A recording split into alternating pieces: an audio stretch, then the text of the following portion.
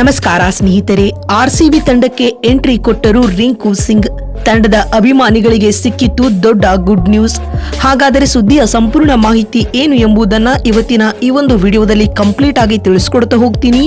ಆದ್ದರಿಂದ ದಯವಿಟ್ಟು ಈ ವಿಡಿಯೋವನ್ನ ಕೊನೆವರೆಗೂ ನೋಡಿ.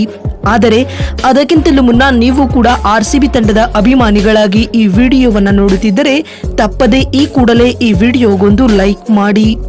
ಹೌದು ಸ್ನೇಹಿತರೆ, IPL 2025ರ ಮೆಗಾ ಹರಾಜಿಗಾಗಿ ರೂಪುರೇಷೆಗಳು ಸಿದ್ಧವಾಗುತ್ತಿವೆ. ಈ ರೂಪುರೇಷೆಗಳ ಸಿದ್ಧತೆಯ ಬಳಿಕ ಎಲ್ಲ ಫ್ರಾಂಚೈಸಿಗಳು ಇಂತಿಷ್ಟು ಆಟಗಾರರನ್ನ ರಿಟೇನ್ ಮಾಡಿಕೊಳ್ಳಲು ಅವಕಾಶ ನೀಡಲಾಗುತ್ತದೆ.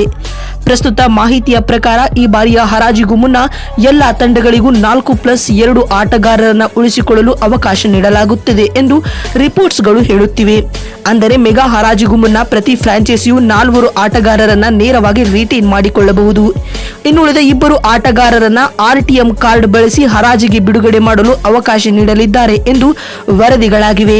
ಅದರಂತೆ ಮೆಗಾ ಹರಾಜಿಗೂ ಮುನ್ನ ಪ್ರತಿ ತಂಡಗಳಿಂದ 19 ಆಟಗಾರರು ಹೊರಬೀಳುವುದು ಬಹುತೇಕ ಕನ್ಫರ್ಮ್ ಆಗಿದೆ ಸ್ನೇಹಿತರೆ.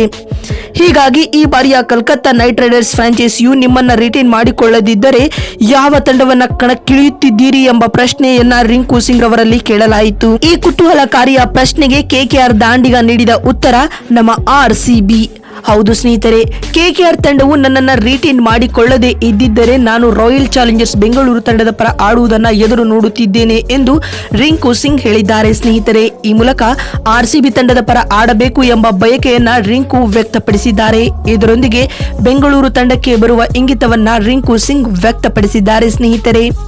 ಆದರೆ ಕೋಲ್ಕತ್ತಾ ನೈಟ್ ರೈಡರ್ಸ್ ತಂಡದ ಬ್ಯಾಟಿಂಗ್ ಬೆನ್ನೆಲುಬಾಗಿರುವ ರಿಂಕು ಸಿಂಗ್ ರವರನ್ನ KKR ರಿಲೀಸ್ ಮಾಡಲಿದೆಯಾ ಎಂಬುದೇ ಪ್ರಶ್ನೆ. ಏಕೆಂದರೆ 2018ರಿಂದ ರಿಂಕು ಸಿಂಗ್ KKR ತಂಡದ ಪರ ಆಡುತ್ತಿದ್ದಾರೆ. ಅಲ್ಲದೆ ಕಳೆದ 3 ಹರಾಜಿನ ವೇಳೆಯೂ ಕೂಡ ಕೋಲ್ಕತ್ತಾ ನೈಟ್ ರೈಡರ್ಸ್ ತಂಡವು ಅವರನ್ನ ರಿಟೇನ್ ಮಾಡಿಕೊಳ್ಳುತ್ತಾ ಬಂದಿತ್ತು. ಹೀಗಾಗಿ ಈ ಬಾರಿಯೂ ಕೂಡ ತಂಡದಲ್ಲಿ ಉಳಿಸಿಕೊಳ್ಳುವ ಸಾಧ್ಯತೆಗಳು ದಟ್ಟವಾಗಿವೆ.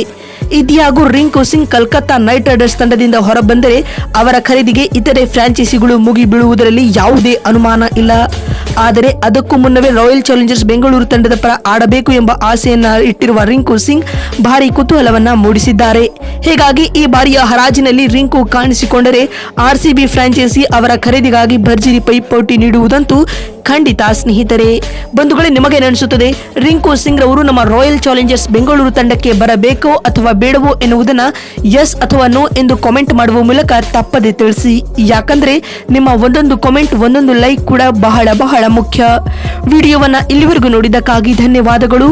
ಮತ್ತೊಂದು ವಿಡಿಯೋದಲ್ಲಿ ಸಿಗ್ತೀನಿ. ಅಲ್ಲಿವರೆಗೂ ನಮಸ್ಕಾರ, ಧನ್ಯವಾದಗಳು ಸ್ನೇಹಿತರೆ.